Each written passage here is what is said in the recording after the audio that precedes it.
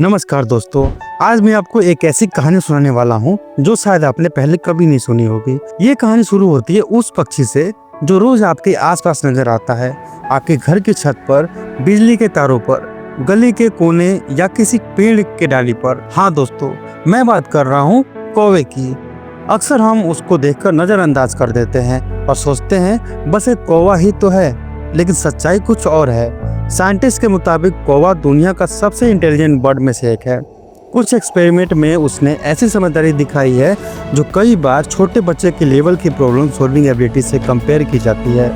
लेकिन कहानी यहीं ख़त्म नहीं होती। दुनिया के दूसरे हिस्सों में एक और काला पक्षी रहता है जिसे रेवन कहा जाता है। पहली नज़र में दोनों लगभग एक जैसे दिखते हैं। दोनों काले हैं, दोनों एक ही बर्ड फैमिली से बिलोंग करते हैं और दोनों की इंटेलिजेंस दुनिया भर के साइंटिस्ट को हैरान कर देती है। तो सवाल ये है, अगर दोनों इतने मिलते जुलते हैं तो इनमें इतना फ़र्क क्यों है? और अगर एक दिन इंडिया के एक आम कौवे को रसिया के बर्फ़ से ढके पहाड़ों पर भेज दिया जाए और एक रेवन को इंडिया के किसी भीड़ भाड़ वाले शहर में ला दिया जाए तो क्या होगा? कौन सर्वाइव करेगा? कौन ज़्यादा जल्दी अडेप्ट करेगा और कौन अपनी असली दुनिया को मिस करेगा?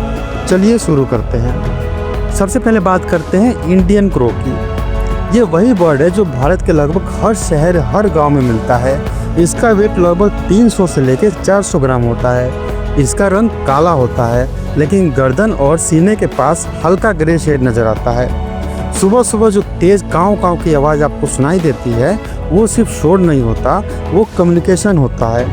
कौवे एक दूसरे को इन्फॉर्मेशन देते हैं, खाने की जगह बताते हैं, खतरे की वार्निंग देते हैं और कभी कभी पूरे ग्रुप को एक साथ इकट्ठा भी कर लेते हैं। जापान में किए गए एक फेमस ऑब्जर्वेशन ने साइंटिस्ट को हैरान कर दिया।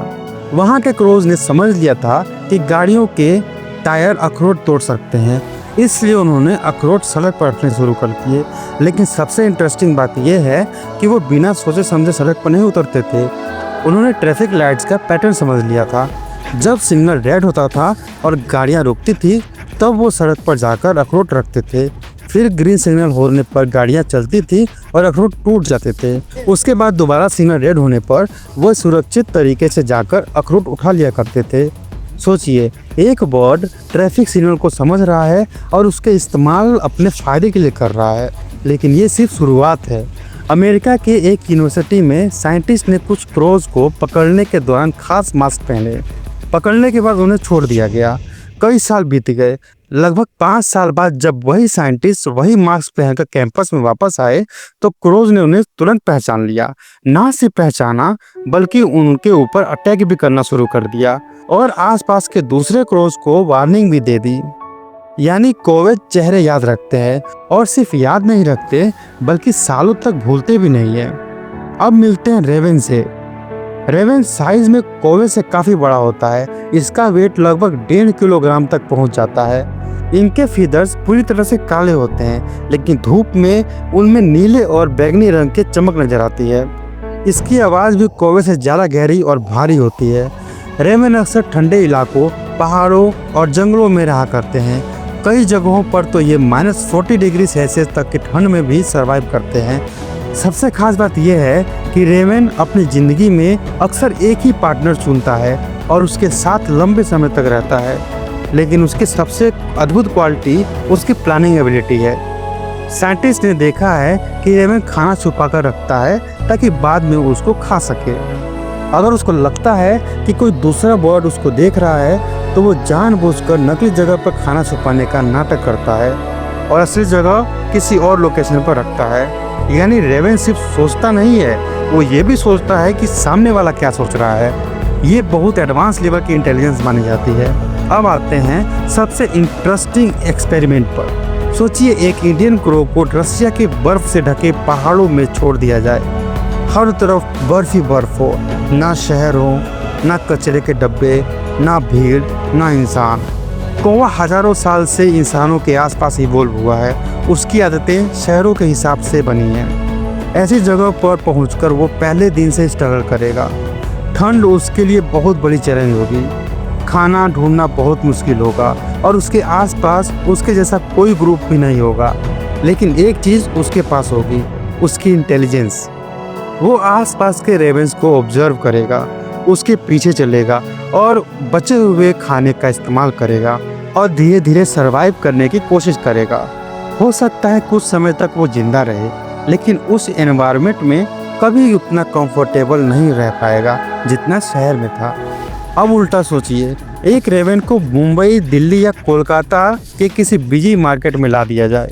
हर तरफ आवाज़, हर तरफ लोग, हर तरफ गर्मी और सबसे बड़ी बात, हजारों लोकल कौवे।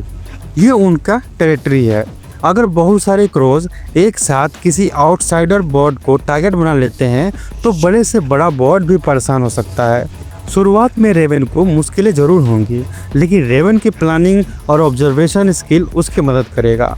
वो भीड़ से बचने का तरीका ढूंढेगा, शांत समय में खाना तलाश करेगा और धीरे धीरे नए एनवायरनमेंट को समझने लगेगा। अगर वो इंसानों के आसपास ज़्यादा समय बिताएगा तो हो सकता है कि कुछ आवाज़ों की नकल करना भी सीख ले और फिर एक दिन बाजार में किसी को लगे कि किसी ने उसको पुकारा है, लेकिन आवाज़ किसी इंसान की नहीं, एक रेवेन की हो। अब सवाल ये है कि दोनों में ज़्यादा इंटेलिजेंट कौन है? सच कहें तो इसका जवाब इतना सिंपल नहीं है। क्रो और रेवेन दोनों इंटेलिजेंट हैं, बस उनकी इंटेलिजेंस अलग अलग तरह की है। क्रो एक सोशल जीनियस है, उसको लोगों के बीच रहना आता है, उसे शहर समझना आता है, उसको टीम वर्क आता है। दूसरी तरफ रेवेन एक स्ट्रेटेजिक थिंकर है, वो अकेले डिसीजन लेता है, फ्यूचर के लिए प्लानिंग करता है और कई कदम पहले ही सोचता है। एक स्ट्रीट स्मार्ट एक्सपर्ट है और दूसरा मास्टर प्लानर है। दोनों अपनी अपनी दुनिया के चैंपियन हैं। इसलिए अगली बार जब आप किसी कौवे को अपनी छत पर बैठा देखें तो उसको सिर्फ एक आम बर्ड समझकर इग्नोर मत कीजिएगा। हो सकता है वो आपको पहले से पहचानता हो और हो सकता है आपको कई बार ऑब्जर्व किया हो और हो सकता है कि उसकी दुनिया इतनी सिंपल ना हो जितनी हमें को दिखाई देती है। और अब आपके लिए एक सवाल, अगर कौवे इतने इंटेलिजेंट हैं, इतने एडेप्टेबल हैं और हजारों सालों से इंसानों के साथ रहते हैं, तो असल में ज़्यादा डिपेंडेंट कौन है, कौवे इंसान पर या इंसान कौवे पर? इस सवाल का जवाब हम अगली वीडियो में ढूंढेंगे। अगर आज आपने कुछ नया सीखा है तो वीडियो के लिए लाइक करिए, चैनल को सब्सक्राइब करिए और बेल आइकन जरूर दबाइए। मिलते हैं अगले एपिसोड में। धन्यवाद।